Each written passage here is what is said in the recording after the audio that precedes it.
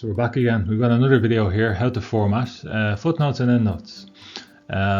People have issues with this particular function on Microsoft Word. The purpose of this video will be to look at how to insert footnotes, how to make endnotes, section breaks for numbering footnotes and restarting numbering back to 1. And then we're going to look at some common foot and endnote mistakes. So I'm going to go through some exercises. I'm going to use Microsoft Word. I'm going to show you how to do all of this and give you some tips and tricks on how to do it very quickly.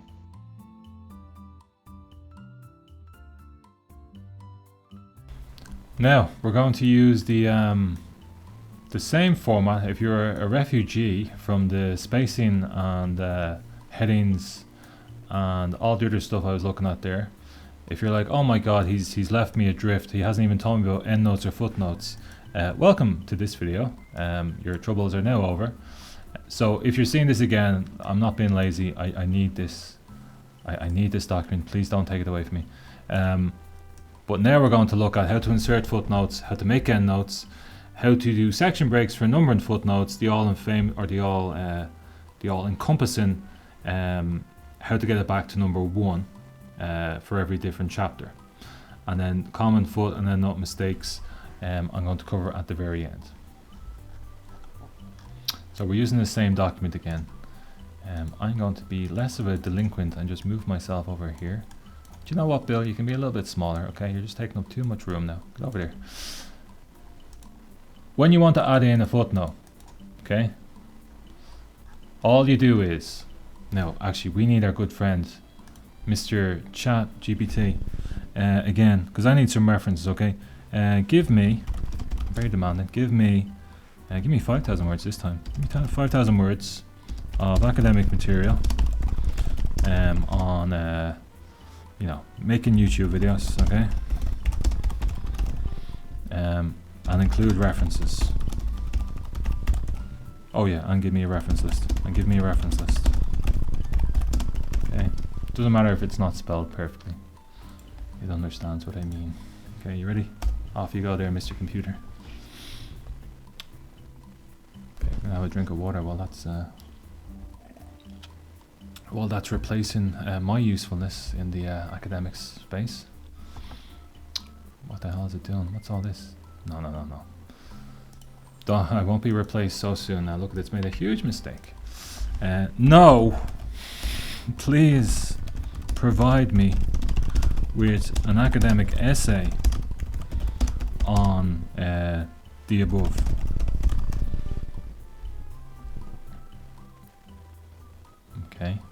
Okay, it's done. It's crawled its way back into my heart. Am I recording? I am recording. It's okay. That would be embarrassing. Okay, this is good. Okay, it's only one problem, okay? It's one problem. Yes, more of the same. Well done. You gotta, it's like a Tamagotchi if anyone remembers them. You gotta love your little robot pet. Yes, more of the same, well done. But this time, give me references. Here you go. Off you pop now. So you're getting a lovely how to use ChatGPT as well. Okay, cool. It's giving me one here. Yes, it very much is an undergrad student level of referencing here. Just give. Oh no, it's not. Sorry, I don't mean to be disparaging to it, but I thought it was only going to give me one reference, but it has given me lots. Okay, that's great. You can stop your. You can go back to sleep now, Mr. ChatGPT. Where's the thing? Here we go. Now, the reason I have done that in this one is I just want to show you something. Okay, we're going to put that there. So when you have footnotes and endnotes, you generally don't have, or sorry, if you're using the Harvard style, let's say, you generally don't have any footnotes or endnotes, and you generally don't have a blend of the two. So let's say, for instance, this wasn't here. Okay, and instead you have to put a footnote in. Now what you do is after the full stop, don't put it before the full stop, after the full stop, you want to go to references, okay? You want to go to insert footnote and you want to click this. Now the thing has appeared down the bottom. And now we can copy and paste that there, okay?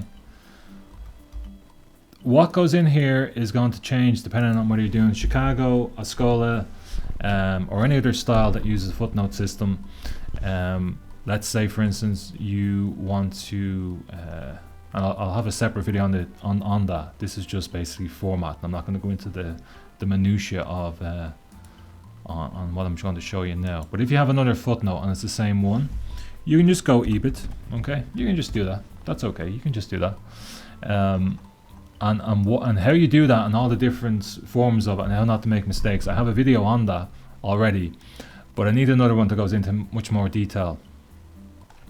But while I was jabbering on about that, I'm basically showing you how to do footnotes there, okay? So look, here's another one we can get rid of if we want to make it a different style.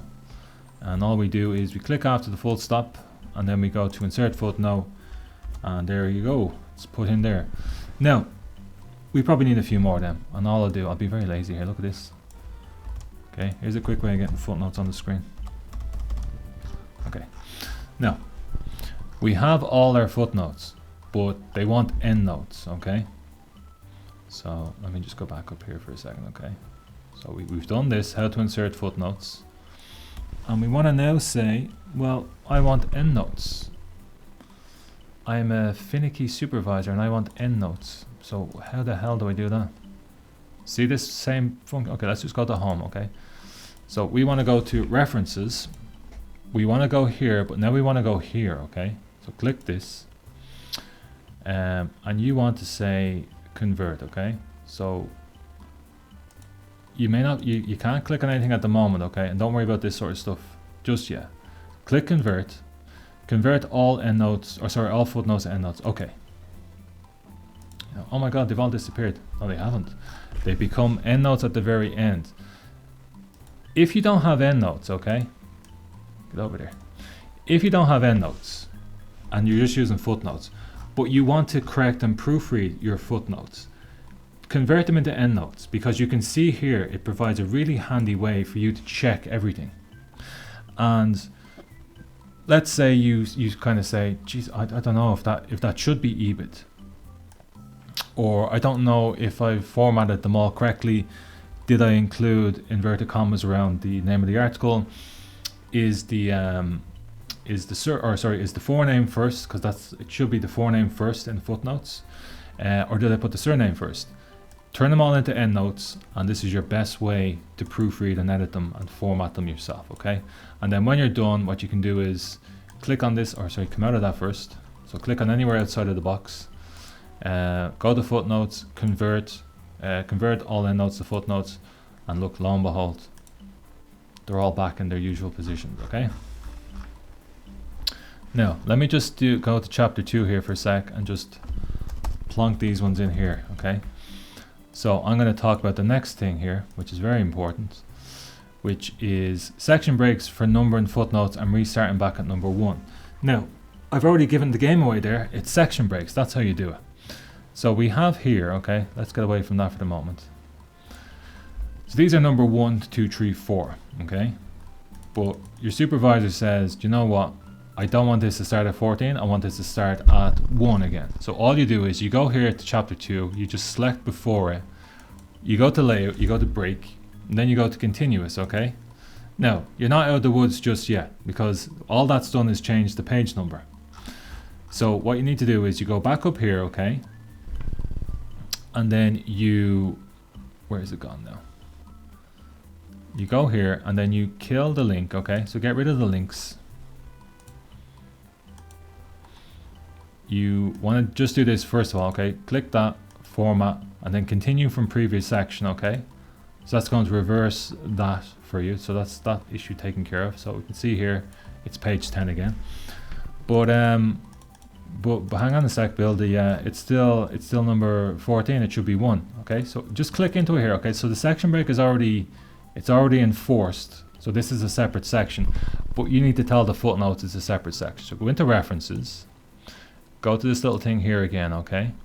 Now, see where it says continuous, okay? Click that, restart each section, okay? and then just hit apply.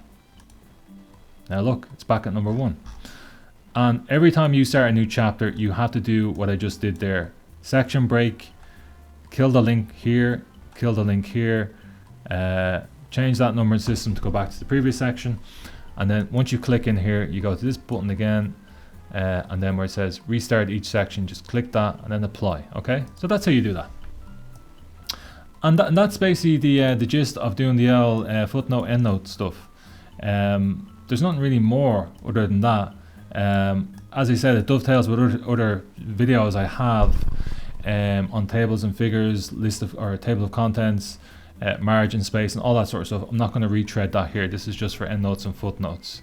But I will just finish off by saying, even if you're not using endnotes, turn them into endnotes and then proofread them and edit them that way. It's much quicker.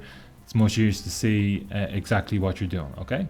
Now, as always, I do provide services for any of the above I just mentioned. It comes under the formatting service that I'm going to highlight here. But don't forget, I also have other services like proofreading and editing, feedback support, thesis supervision, reference checking and correction, and of course any sort of publishing. So if for whatever reason you're stuck or you want some additional help, I'll put some links in the description for how to contact me for any of that sort of stuff.